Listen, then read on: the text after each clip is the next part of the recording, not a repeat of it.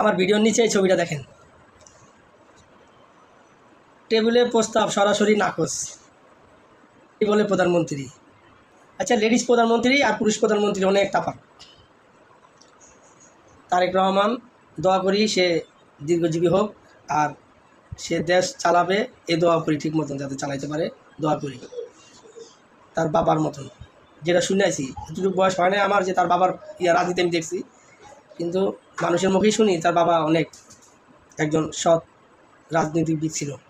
সে দ্বারা যদি প্রধানমন্ত্রী থাকে তাহলে ইনশাল্লাহ সে সাকসেস হতে পারবে আর সামনের দিকেও এগোতে পারবে। মন্ত্রীদের সামনেই তারেক রহমানের চরম সিদ্ধান্ত, বুঝতে পারছেন? মানে আপনি কইবেন তেলের দাম বাড়বো, বাড়াই লাগব, ওরকম চতুর্বুতুর প্রধানমন্ত্রী পান নাই। ভিডিওটা শেয়ার করে দিবেন বন্ধুরা, শেয়ার না করলে পৌঁছাইব না তো জনগণের কাছে।